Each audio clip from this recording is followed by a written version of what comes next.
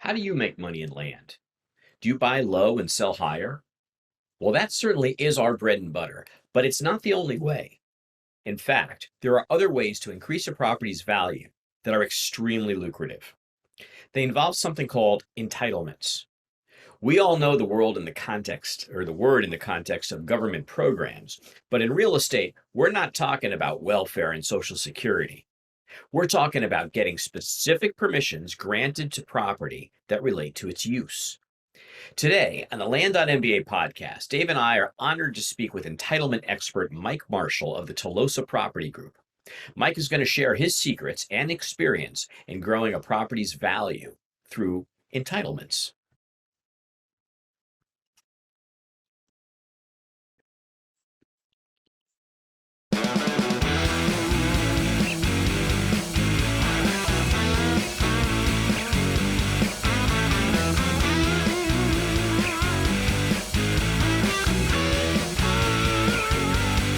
Hey, good morning and welcome to the Land.MBA podcast. This is David Van Steenkis with my co-host Howard Zunder and our special guest today, Mr. Mike Marshall. How's everybody doing?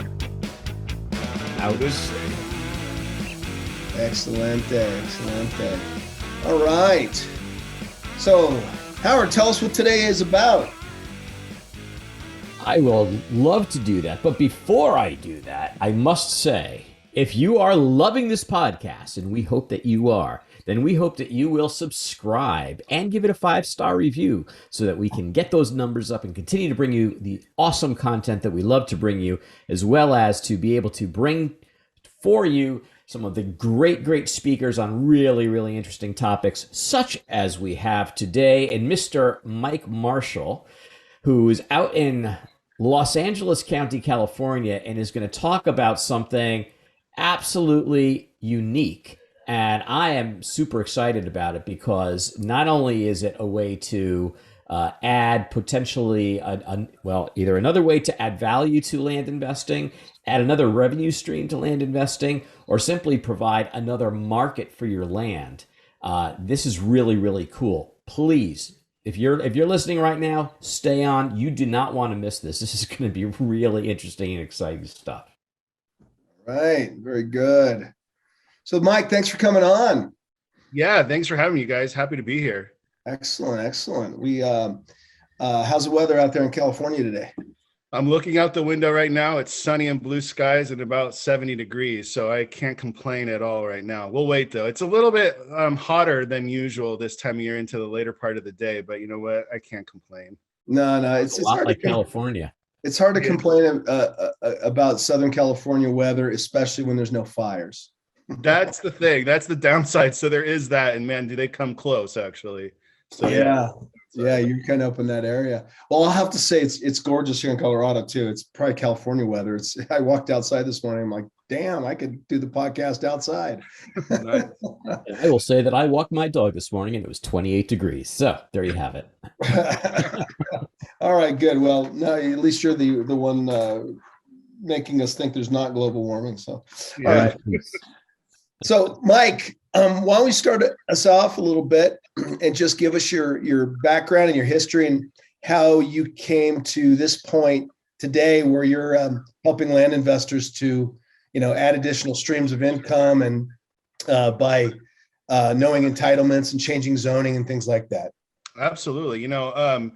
I grew up in a family that had a little bit of real estate kind of going through our family at different times, 12 years old, hammering on roofs and stuff like that with my dad, so I had real estate in my background as a kid and had that interest always through into college and everything. And when I got my first job, I got a job working for the local planning and zoning office, one of the cities here in Southern California. And I continued kind of along that career path, working for cities in California, cities in Texas, and then back here in California again. And over that time, I worked on a variety of different projects and primarily from what we call the entitlement side of the development process. And we can go into more later about what that means. But ultimately, I worked on projects, as small as custom single family homes, up to like medical office buildings, up to like 1,200 unit residential subdivisions, and then ultimately to large commercial and industrial projects, including like a 1.3 million square foot movie studio campus. And so Wow. I've had like experience working in that development realm, from everything really small all the way up to the really big stuff. And again, all of it really focused on this entitlement process. And what I ultimately realized is that there was a gap. There was this lack of communication or information that existed between investors that were out there and then all the information that I knew working from like the city or the county side. And I always wondered, why was this gap in communication? Why wasn't like investors actually seeing the opportunity? When they understand this stuff, they can actually pinpoint where they can go for opportunity, how they can find ways to add value to their property. And so that kind of spurred the thought of getting out there and actually trying to help other investors. And what ended up happening is that I'd have people that would come to me at the city I worked in, and they'd say, hey, can you help me on a project in another city that was nearby? And so I started doing that kind of consulting on the side, and it started growing over time. And then at the same time, I actually got into doing wholesaling land at the same time. And so I got involved with one of the groups. I learned a lot, in that process. And through that, I kind of started morphing everything into kind of helping more land investors with the kind of stuff that I knew on the entitlement side again, and trying to help them add value and answer questions about the development process and a variety of other things. And so that's kind of how I morphed into where I am right now. Oh, very nice. Very nice. So what are some of the biggest challenges that you see? Well, first of all, for our listeners who don't know what entitlements are, can you just explain that definition? Sure. So entitlements basically are a legal approval that's granted by a county or city for somebody to do something on their property. Most typically that's development. So we're talking about sticks in the ground going up a single family house, an office building, a regional mall, whatever it happens to be. All of that whole development process starts with entitlements through the planning office.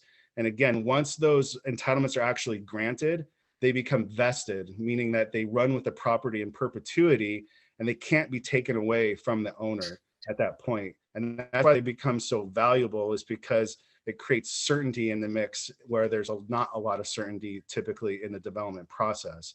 And so that's why they're actually valuable. Gotcha. Okay. These are some crazy times in the real estate field. Demand is high, inventory's low. If you're a realtor, a wholesaler, or a house flipper, you've probably noticed how hard it's become to find quality deals. This is why so many in our industry are looking at land as an outstanding way to add new revenue stream to their portfolio. If you're listening to this podcast, you already know that land is a relatively unknown niche of the multi-billion-dollar real estate market with huge profit potential. Seriously, what other business delivers 200, 300, 1,000% return on investment deal after deal? It seems hard to believe, but land really returns 100 to 300% commonly, and sometimes over 1,000% deal after deal. And in the age of COVID, demand for land has never been higher. Many of our students have already created new revenue streams with land and added 6 figures to their incomes. We've had clients who have achieved multiple 6 figures in their first year of business. Another paid for all his coaching and pocketed 15 grand on his first deal. Now, not everybody has these kinds of results, but they're certainly possible if you have the right instruction, the right support, and highly experienced mentors. You don't need another course that promises the moon and then delivers an elementary school education. You need a proven program suitable to your experience and ambition. You need a Land MBA. The Land MBA is everything you need to blow it out in the land business. Courseware, mentorship, tools, community, and even deal funding. Look, because you're here listening to me, you know that Dave and I don't hold anything back. That's a founding principle we've had from the beginning. With the Land MBA, you get everything we have to offer. There are no upsells. And now, through popular demand, we have transformed our highly regarded one-to-one coaching program into a small group format at a fraction of the price. If you're ready to build a six-figure income with the freedom of being your own boss, go right now to www.land.mba/fortune. That's www.land.mba/fortune. Let us help you create your next path to wealth. All right. So that's cool. So, I mean, so we say entitlements as sort of a collective term, but there are different kinds Yes. that all add different levels of value. So, I mean, most people, I think, in the land business have come to understand that smaller properties typically are more expensive than larger properties on a per acre basis. So simple subdivide immediately creates increased value of the land on a per acre basis. But then there are other entitlements that can be added that can either, in addition to that, or in exchange for that, can add different levels of value on the property. Yeah, that's absolutely right. So the most basic would be, a very simple lot split subdivision, but then the complexity goes up from there. And so another, entry level type of entitlement would be a site plan approval for a single family house.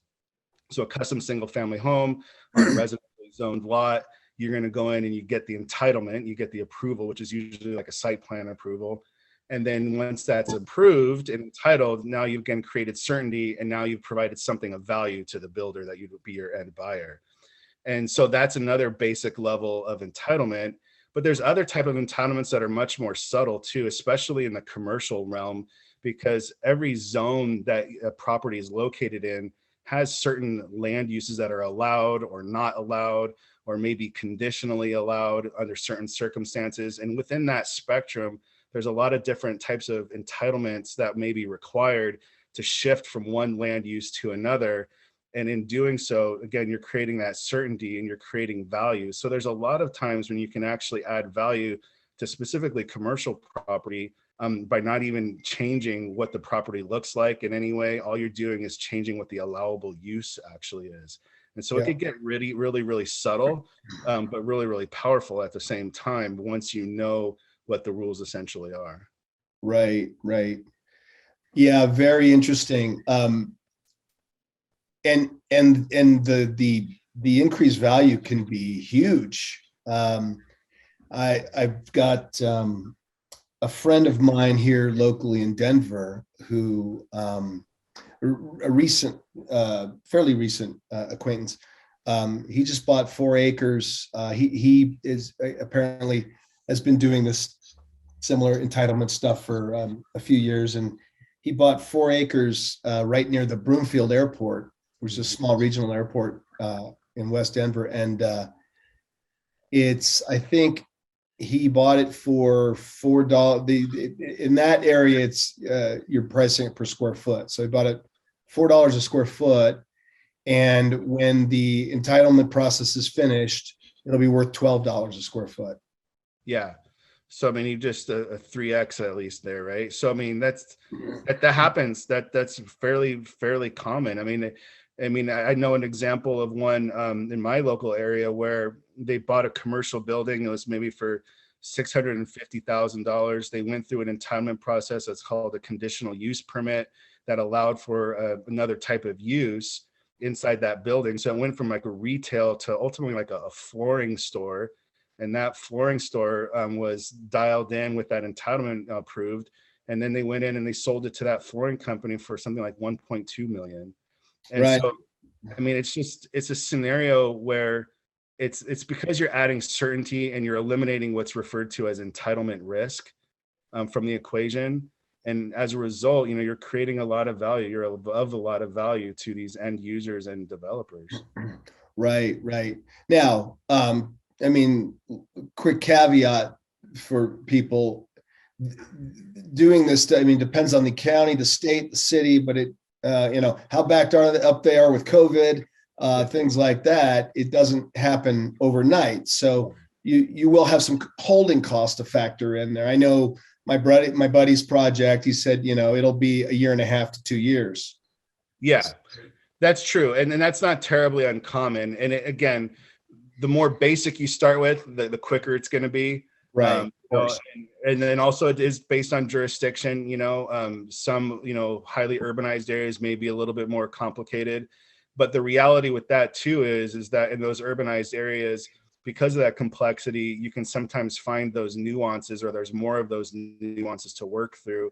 Whereas if you're out in more of the rural areas, the zoning is going to be much more straightforward, which is great most of the time, but there's maybe not as many of those inefficiencies. So it's Right. always a balancing act ultimately. Yeah, yeah. And and as the way he structured this deal too as well, he said final closing. He gave him a nice chunk of earnest money, but he said closing is contingent upon final Approval. And so that's one way to mitigate your holding costs, right? Oh yeah, absolutely. I mean, because If the seller will that's do it. concerns that people have, right? They have their concern like, well, what if my project doesn't get approved? And they're also trying to lock down the property as well at the same time. And so there's ways to work through that too. There's ways where you can kind of phase in your earnest money too, where you're saying, okay, well, here's my total lump sum of earnest money. Instead of putting that all up front, I'm going to put a portion of it down now at contract signing. I'm going to put in another portion of it at submittal of my my entitlement application. I'm going to put in another portion here, and then the final portion upon approval. So there's ways that you can structure that where you're at least mitigating a little bit of that risk too. Yeah, that makes a ton of sense. Right. And on some of these properties, like this one, it was just brought to him by a broker that the property had been on the market 2 years. And it wasn't horribly priced, but you just had to find the right buyer who wanted to take it through this process and had a vision and had an end buyer for it. Right. Absolutely. That's one of those great examples of knowledge arbitrage.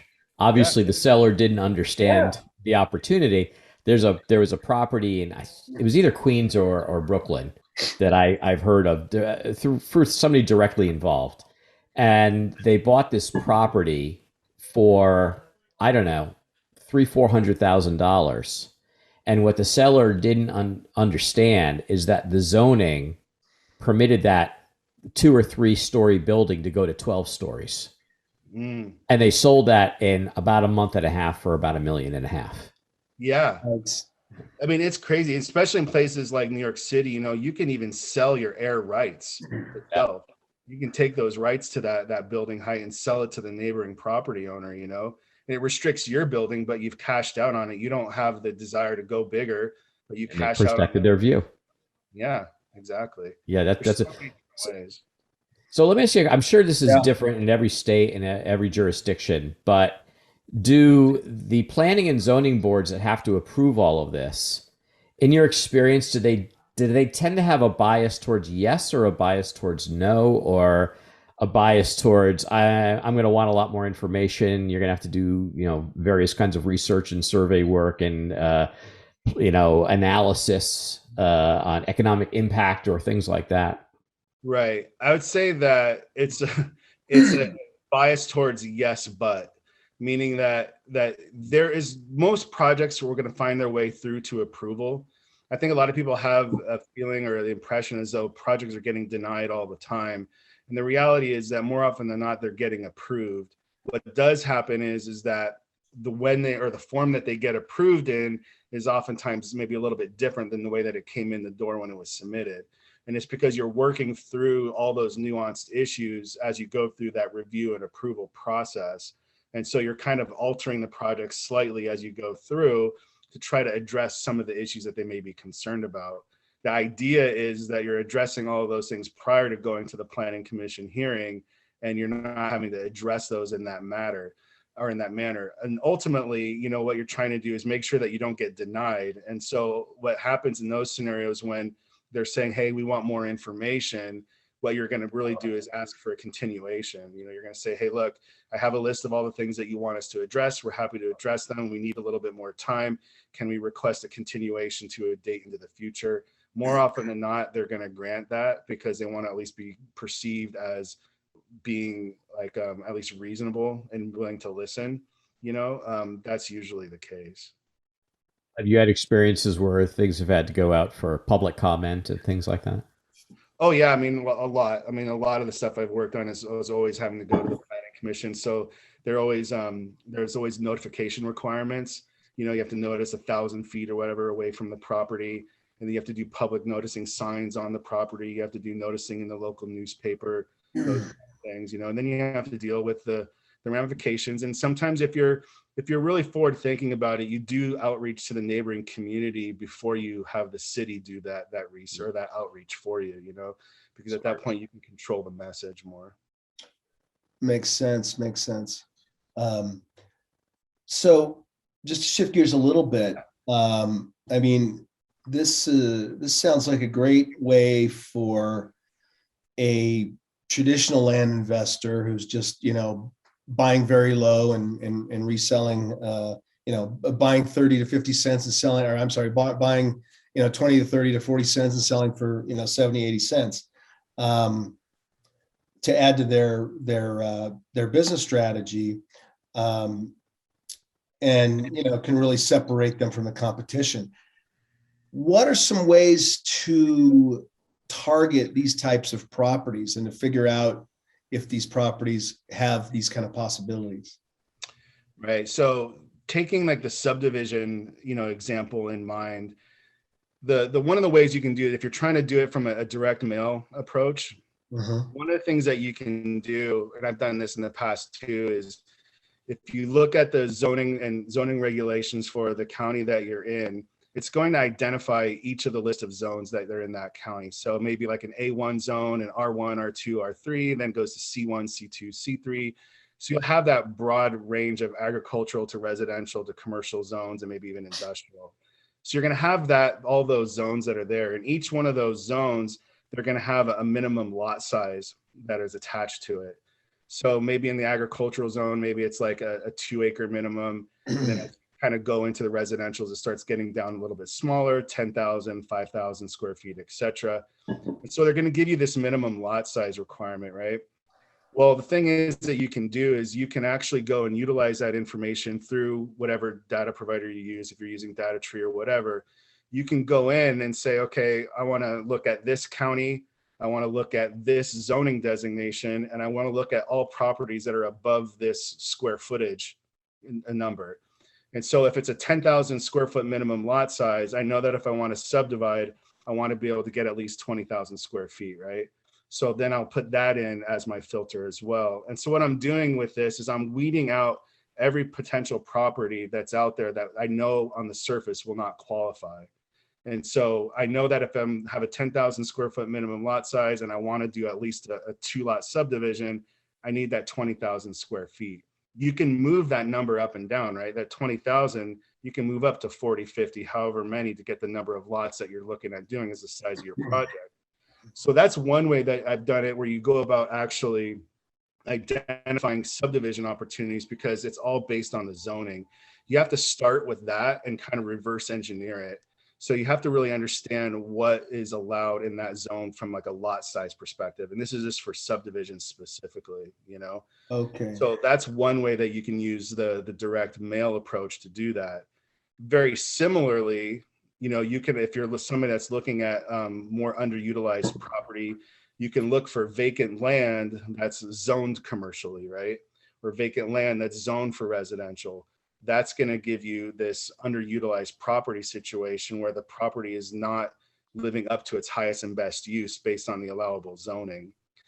So if you have a situation where you have a vacant lot that's commercially zoned, or even a lot that has a single family house on it that's commercially zoned, in either of those circumstances, the property is not living up to its full potential based on what's allowed under the current zoning designation. So you look at that and you identify those opportunities. And now let's say I have a single family house that's in the midst of other commercial development, which that does happen quite often. Yeah. Now I have this opportunity to actually change that land use based on its current zoning by basically replacing that single family house. Right. So, I mean, obviously in that case, there's already a structure on it, but let's just say it was a raw land lot. Yeah. I guess there's a couple of questions. One is you can look at that lot, and where we typically are trying to get 20, 25, maybe 30 cents on the dollar when we acquire a property, you could actually go up quite a bit more if it's necessary. You go to 60 or 70%. of market value on the purchase because you know that you're going to be adding value by the redesignation. So you're still going to get your margin in there. Absolutely. I mean, if I'm going in and buying 8%, that's my downside protection. Worst case scenario, if something goes sideways and my entitlement doesn't get approved and I have to sell the property. If I'm buying at 80%, hopefully I'm able to make it where at least I wash clean after everything's all said and done, and I can just move on from it. And so that's kind of my protection measure. So yeah, what it does as a land investor, it allows you to kind of distinguish yourself from others because you have that knowledge base and add value, but it also allows you very practically, it allows you to offer more than other land investors. And so now your offer is obviously that much more attractive. So when you do that, something like that almost sounds like a one-off opportunity. I mean, you're identifying uniquely valuable situations. Mm-hmm. When you do that, are you going in and purchasing the property and then going and finding a buyer, or are you going in and locking it up and trying to secure, somebody on the buy side before you actually commit to it?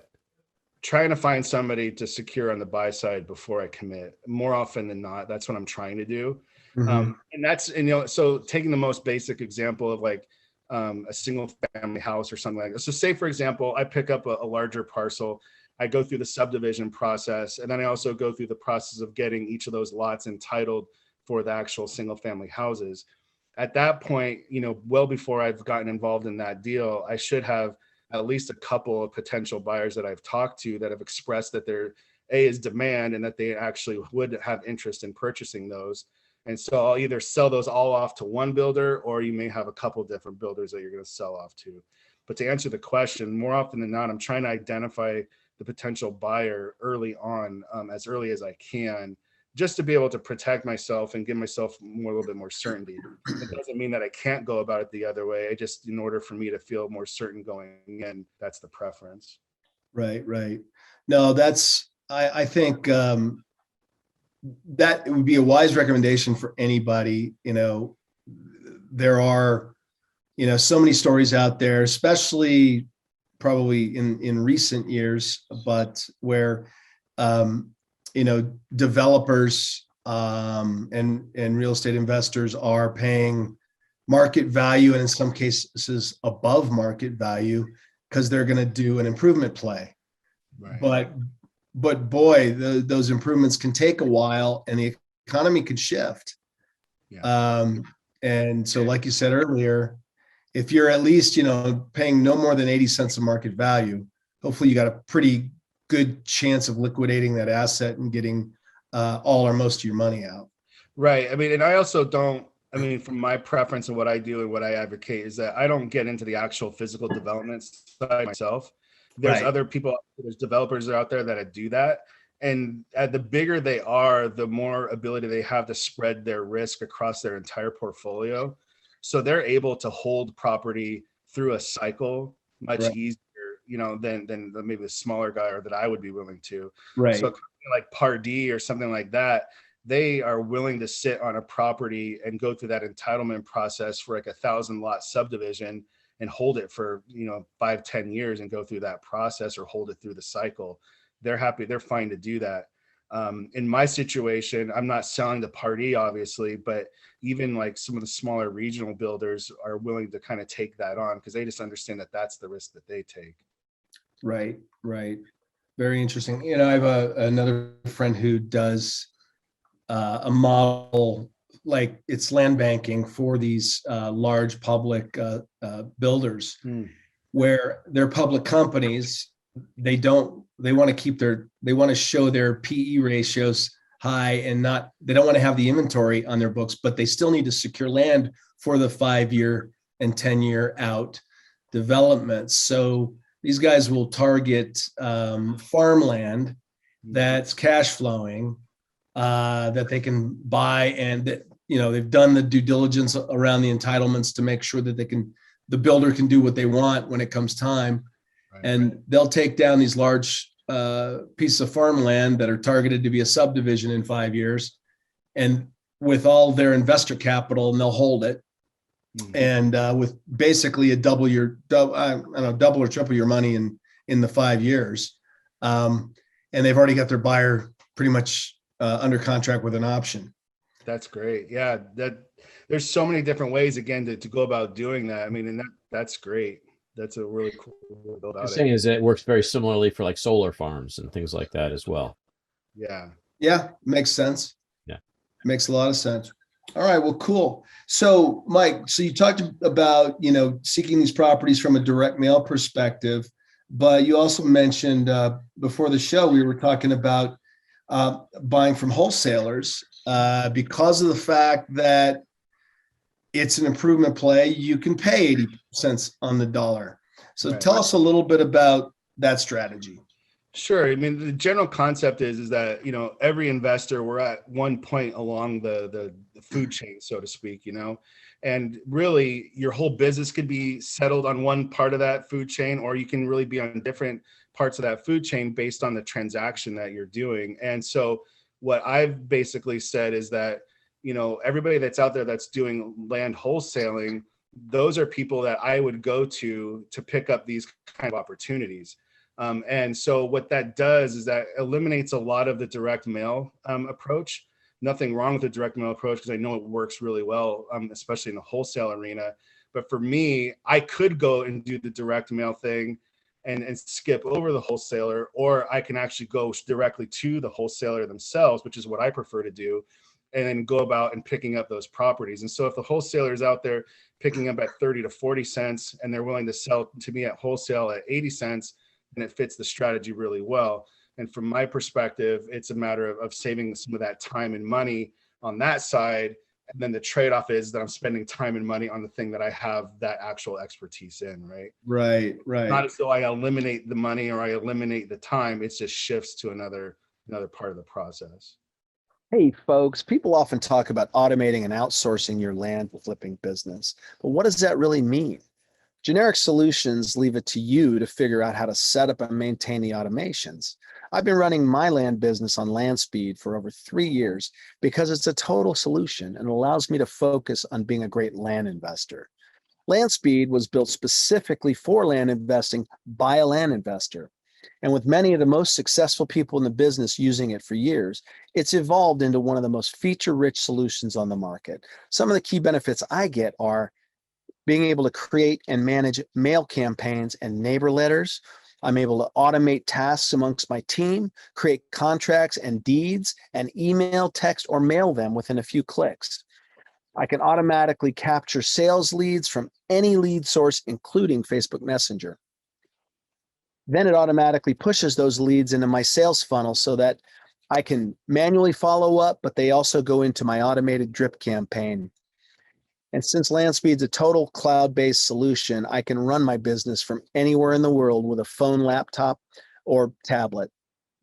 So if you want to turn your hobby into a professional, scalable business, just go to landspeedtech.com/Dave to receive a $150 discount today. Yeah. So for a land investor who's currently involved in flipping, right? We buy low, we sell, medium to high, and capture the margin in between.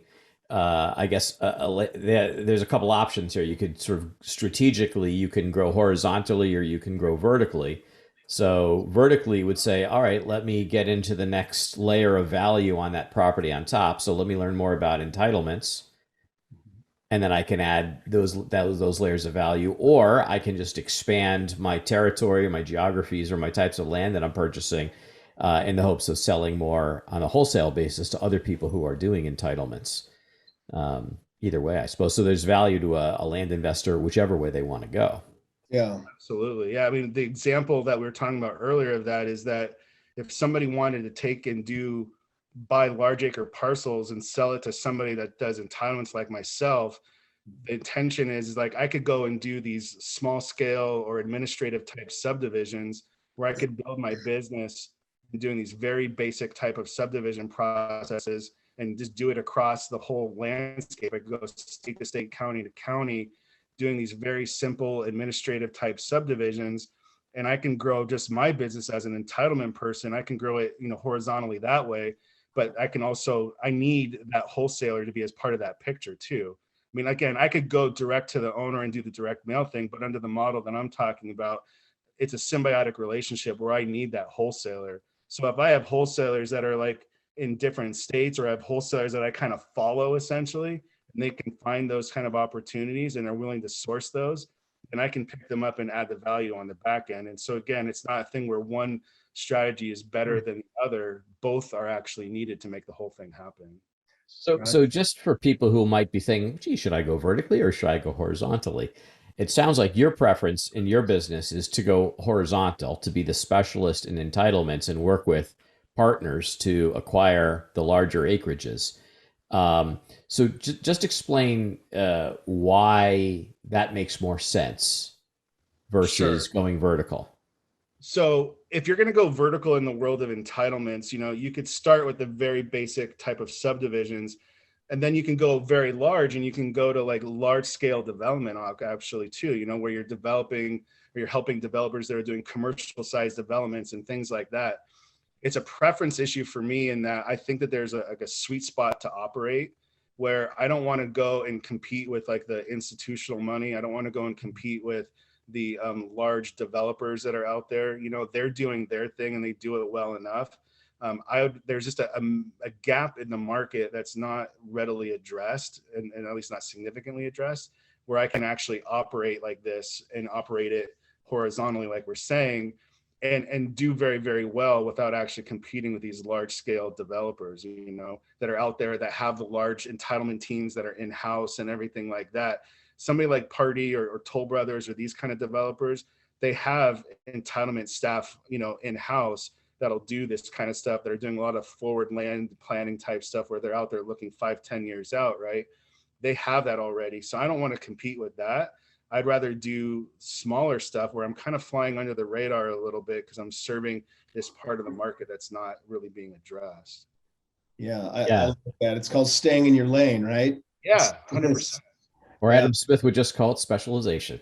Yeah. And it makes sense. I mean, as a land investor, if I was going to say I'm going to go vertical into the entitlements, it would mean I would have to have a whole new learning process, and then it would be a period of time where I'm trying to master it, but I'm not going to be mastering it immediately.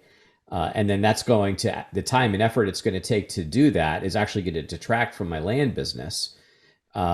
So there are people, I think, who one have sort of the energy and the brains to do all that, and perhaps the capital and the time. Other people, there's certainly a lot of value in specialization and then partnering on those other levels of the strategy. Exactly. Yeah, partnering or hiring a mentor. Yeah, that's absolutely. That's how we got to do it. I mean, the way we hack ourselves past that 10,000 hours till expertise is by hiring a mentor. 100%. Very good. So you just used a phrase, Mike. You said flying under the radar. And that was a phrase that came up in our conversation a little bit earlier too. If I remember it correctly, what you were saying is that when you think about all the different types of entitlements, there are certain approaches that you can do that are much easier to get through the planning and zoning departments and get from idea to revenue versus others. Can you just go into a little bit more detail on what that is? Sure. The most, I guess the baseline example of that is probably, again, regarding subdivisions. And everywhere you go throughout the country, the county or the city, they're going to require you to go through a platting process for that subdivision that you're doing. And that platting process is really when you get like a civil engineer involved and they create a map that has all sorts of technical aspects to that map.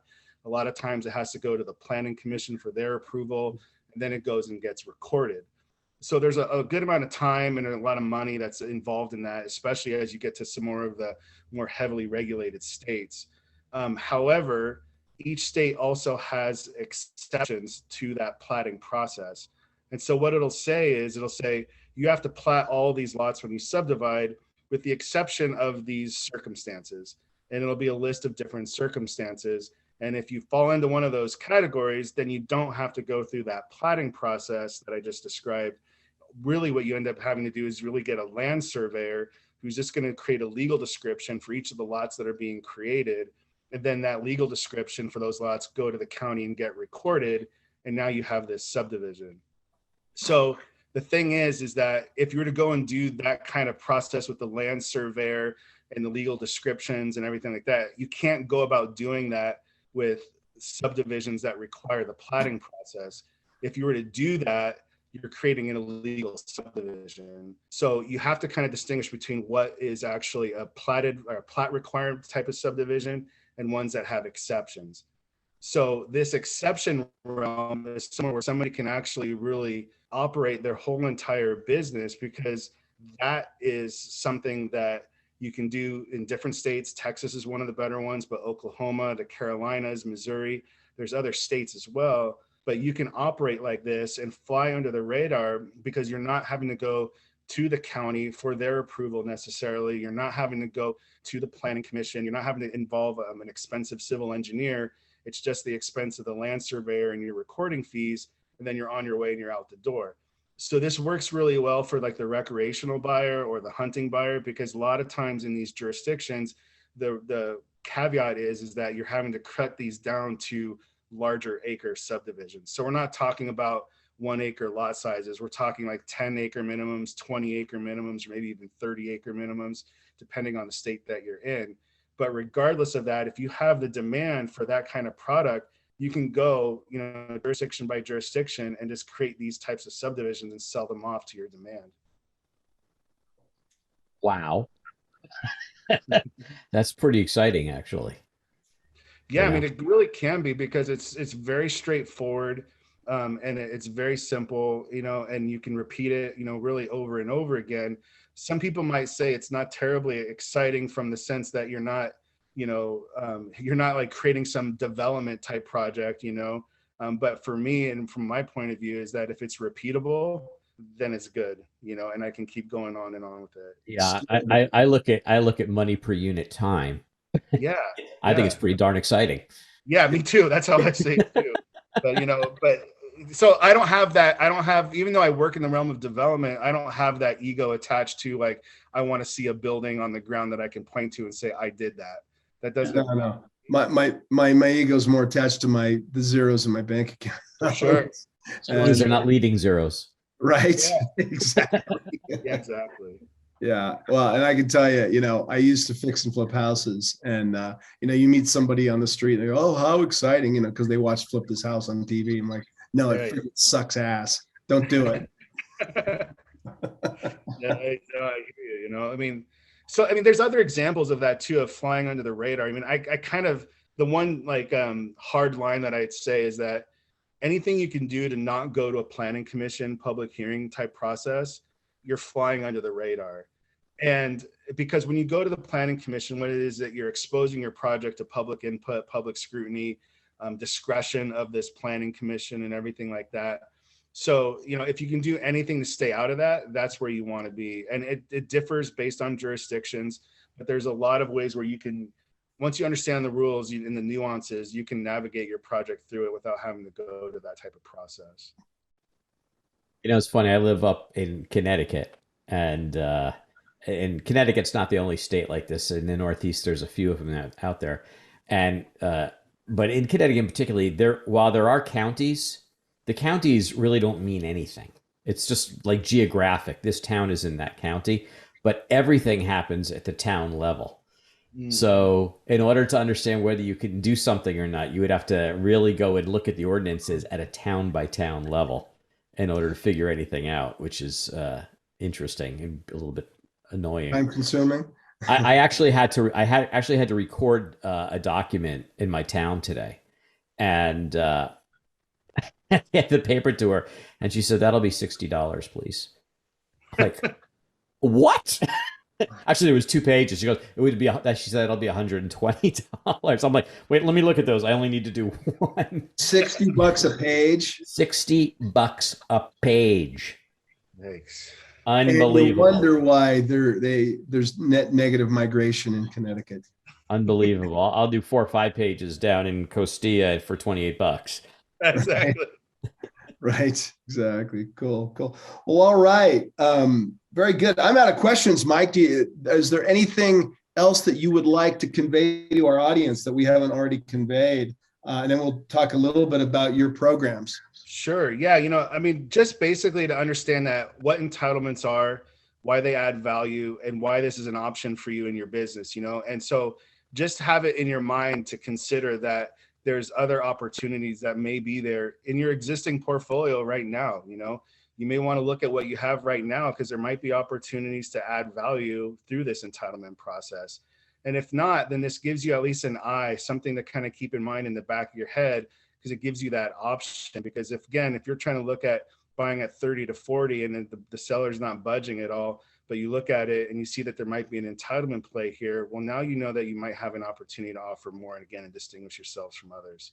That's what I'd want to leave everybody with. Yeah, I think that there might even be one more thing, Mike, and that is a person goes out and buys 120 acres and they go and throw it on land.com and they're thinking, oh, I got to go find somebody who wants 120 acres. Well, now they know that there's a guy like you out there that may very well be interested in it because you have the ability to do something with it that, a single purchaser of a hunter, for example, wouldn't even think of. So it's nice to know that there's guys like you to create a market for properties like those.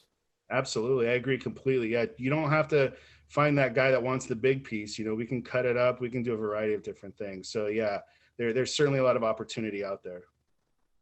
Very good. Very good. Excellent. So Mike, let's talk a little bit about you. You've got some really excellent programs that I think, can provide value to our listeners and our base out here in the land investing community. So you got a myriad of programs. Instead of me just whittling them off and having, why don't you just talk about your programs, from the done for you to the education and the consulting, and just let people know what's available and why. Sure. Thank you. So basically what it is that, we know that a lot of land investors would be interested in the concept of adding value to their property. But a lot of times people are either too busy growing their business, or it's just not something that they want to spend the time learning about, or they just, like I said, don't have the time. And so what we did is we created this done for you service. And this done for you service is a scenario where you can bring the property to us. We can analyze it, see what kind of opportunity there is to add value, whether it be subdivisions or other types of entitlements. And then what happens is that we share in the upside potential of the property. And so what happens, for example, is that if the upside is, X number of dollars, we have a percentage that we take of it, but we only take that when the property sells or after a certain amount of time has expired. We try to make it so where we're partnering with people as best we can and make it so that it's a win-win situation. And so that done for you service is something that we've just launched. And so if that's something of interest to somebody, they should definitely reach out about that. If you're somebody that's more interested in actually learning about how to do this yourself, we do have a coaching program that we're offering too. It's a very small type of environment. There's not a lot of people in it. It's more based on one-on-one consulting. And so there's opportunities for one-on-one consulting as well as a group environment as well. Probably the unique aspect of that is that we're really heavily focused on doing projects and deals together. So that way people that are in the coaching program actually share in some of that profit potential as well. So that's the two big things. We do have, educational courses and things like that are online too, but really right now, our big focus is on our done for you program and our coaching. Gotcha. In the done for you program, when somebody brings you a deal, I would imagine you've got a questionnaire with a list of questions and information that they've got to fill out so that you're not getting a Rube Goldberg every time that there's some, consistency, so it doesn't waste a ton of your time. But is there some sort of fee to pay up front in case the deal is garbage or is not doable, or do you just kind of have an honor system that says, just don't bring me 3 of those dogs? Yeah, there's not a fee for like that initial assessment. There's a portion of the overall fee that is due as kind of an engagement fee. But at that point, we've already identified a strategy, and we've also said, okay, yeah, we have a good, strong feeling that we'll be able to get through this process. And it's only at that point when we have that agreement that we take that small engagement fee up front. But in terms of the initial assessment, no, there's no fee that's involved in that. Again, it's very much more like an honor system, like you said. Bring me what you have, and we'll take a look at it. And through that process, we'll help people narrow down so that way they'll understand more of the kind of ones that we're looking at. Gotcha. Okay, very good. Well, I have no more questions, Howard. I have one. Yeah. I always have one more. So when they bring in these kinds of properties for this done for you service, is it anything? I mean, can I bring you a 120 acre desert property out in Nevada, or are we looking at infill lots? Can you give a little bit more specification on what kind of properties would make sense for you? Sure. So it's two types. One is going to be large acreage. And specifically right now, like Texas, Oklahoma, Missouri, these states that I've mentioned, but I'm open to other ones as well, but basically we're looking at large acreage. Things in the 50 plus acre area is really what we're working with. In terms of the other type is infill. I like infill from a lot of different perspectives, and even commercial infill as well. And so it doesn't have to be just like a residential situation. It can be a commercial infill too. So those are the two types that we're looking at. Awesome. Gotcha. Really helpful. Very good. All right. Well, thanks, Mike. And how can people get a hold of you? We'll go ahead and put it in the show notes, but why don't you just let people know the best way to reach out to you? Sure, absolutely. The best way is to go to our website, which is tolosapropertygroup.com. It's spelled TOLOSA propertygroup.com, and you can get hold of us right there. Well, very good. Very good. Well, with all that, gentlemen, I bid you adieu, and let's hope you have an awesome day and awesome week. Talk to you soon. Thanks, Take Mike. care, guys. Bye-bye. We hope you enjoyed this episode, had a bit of fun, and walked away with some actionable insights that you can apply to your business. Dave and I have got some great content and interviews planned, so don't forget to rate and review, and of course subscribe to this podcast on iTunes, Google Play, Stitcher, or wherever you get your podcasts. If we mention any interesting links or tools, you'll find them in the show notes. To learn more about Land.MBA, visit our website at, wait for it, Land.MBA. See you next time on the Land.MBA podcast.